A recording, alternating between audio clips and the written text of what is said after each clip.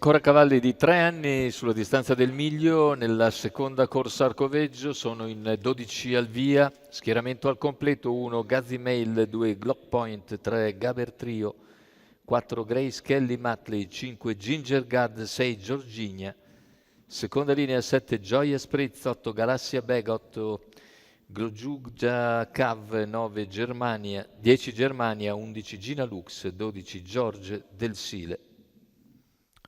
Pronostico piuttosto incerto con Gaber Trio, Gioia Spritz e Gazzimil molto seguiti. Vediamo le fasi di lancio con inizialmente Gaber Trio che prova ad opporsi a Grace Kelly Matley e più all'esterno a Ginger Gad, che insiste nella sua offensiva ma va su Gaber e lo supera in 150 metri, poi c'è l'errore di Gaber Trio. Numero 3, Gaber Trio, squalificato. Seconda posizione per Grace Kelly Matley, mentre Ginger Gad guida con primo parziale in 15,5. Ora sposta subito però Grace Kelly Matley dopo 400 metri. Due prendono vantaggio da Gazzi Mill. Non passa però e deve tornare sotto Grace Kelly Matley.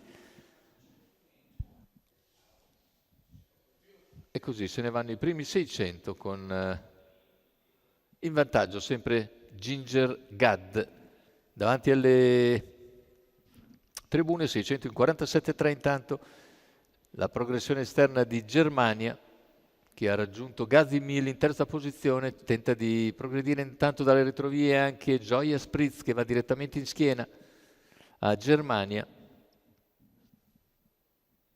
E ora siamo a metà gara, appena superata in 1,7,6, e così il chilometro in 1,19,4. Sempre in vantaggio Ginger Gad, Gazzi Mill più indietro. Intanto c'è lo scatto in terza ruota da parte di Gioia Spritz, che avanza gradualmente, si porta sui primi. Gioia insiste all'esterno di Ginger Gad, che mantiene comunque una lunghezza abbondante di vantaggio all'ingresso in retta d'arrivo.